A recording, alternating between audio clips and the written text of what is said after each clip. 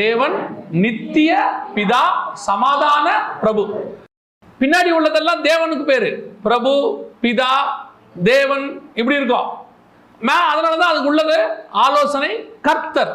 எப்படிப்பட்ட ஆலோசனை கர்த்தர்? அதிசயமான ஆலோசனை கர்த்தர், வண்டர்ஃபுல் கவுன்சிலர். இப்ப நமக்கு அகிதாப்பேல் ஆலோசனை உண்டு, சில மனுஷங்கள் ஆலோசனை உண்டு. எதிரோ வந்து ஆலோசனை கொடுக்கிறார். யாருக்கு? மோசேக்கு எதிரோ வந்து ஆலோசனை கொடுக்கிறாரு. இப்படி மனுஷனுடைய ஆலோசனைகள் நிறைய இருக்குது. ஆனால்